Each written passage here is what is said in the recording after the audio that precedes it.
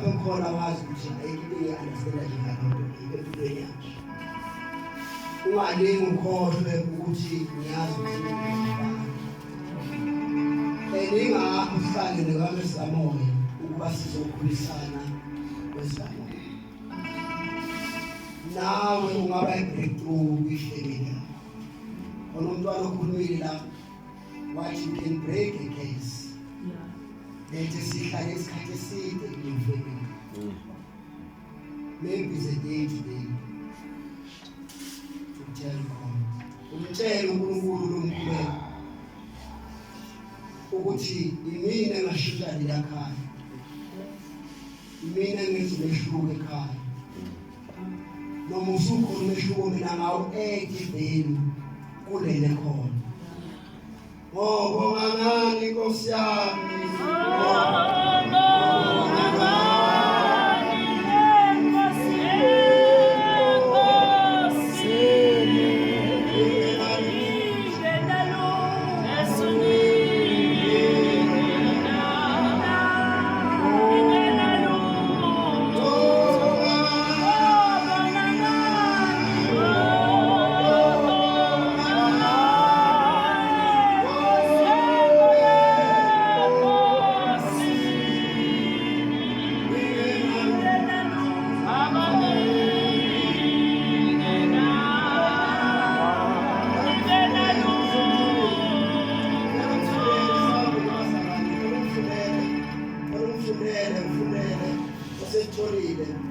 First Peter chapter 5 verse 10 ya 11 ufunde.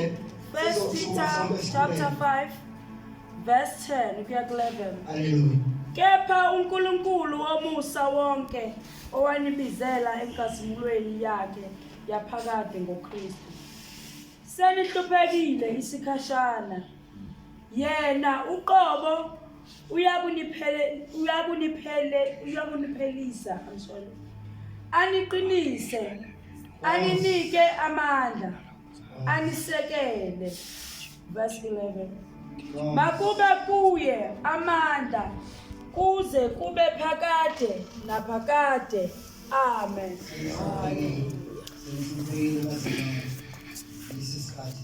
Yeah. So would you make breakthrough within the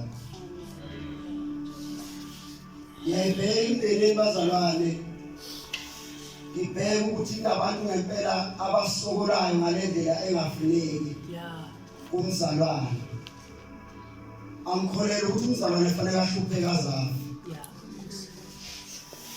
ukuthi kwenzeke lokho ukuthi silalele izwi kaNkulunkulu athi impela libiziwe ngomusa kwinkazimulo. But ngiyathanda manje uyandiunderstanda ukuthi senihluphekile. Esihluphekeni kwenu sekungathi sekunesikhashana nihlupheke.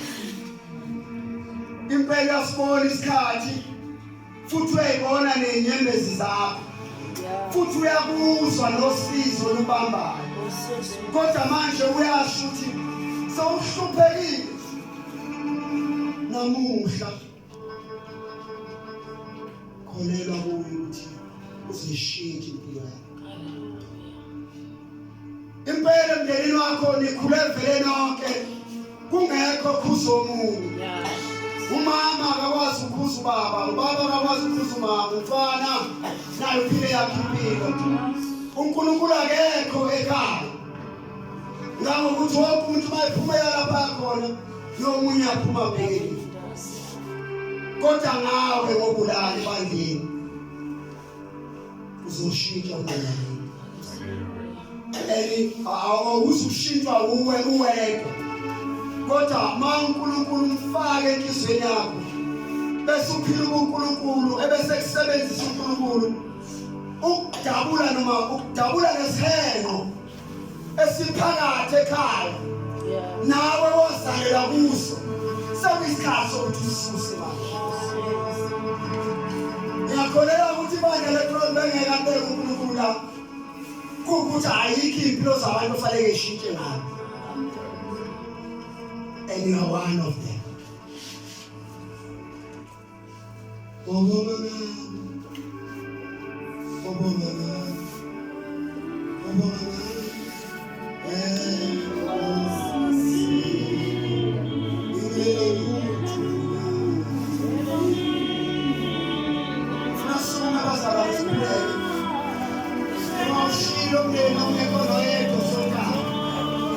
Unashilo mlena